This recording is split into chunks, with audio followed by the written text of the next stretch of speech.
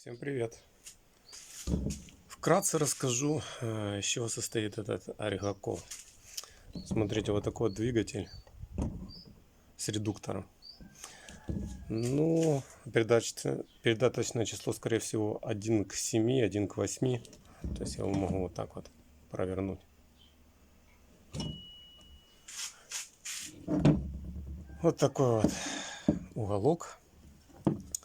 Крепление для самого двигателя.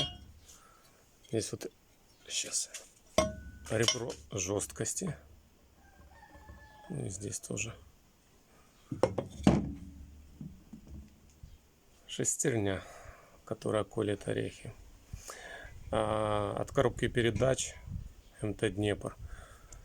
Вот эта вот шестерня получается родная, которая была на этом валу. И я ее просто именно сюда центрировал и вварил. Вот эта часть получается сделана из трубы, вырез. Здесь просто наварена больше радиуса труба.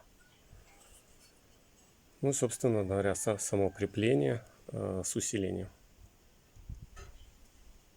Вот, в принципе, и все.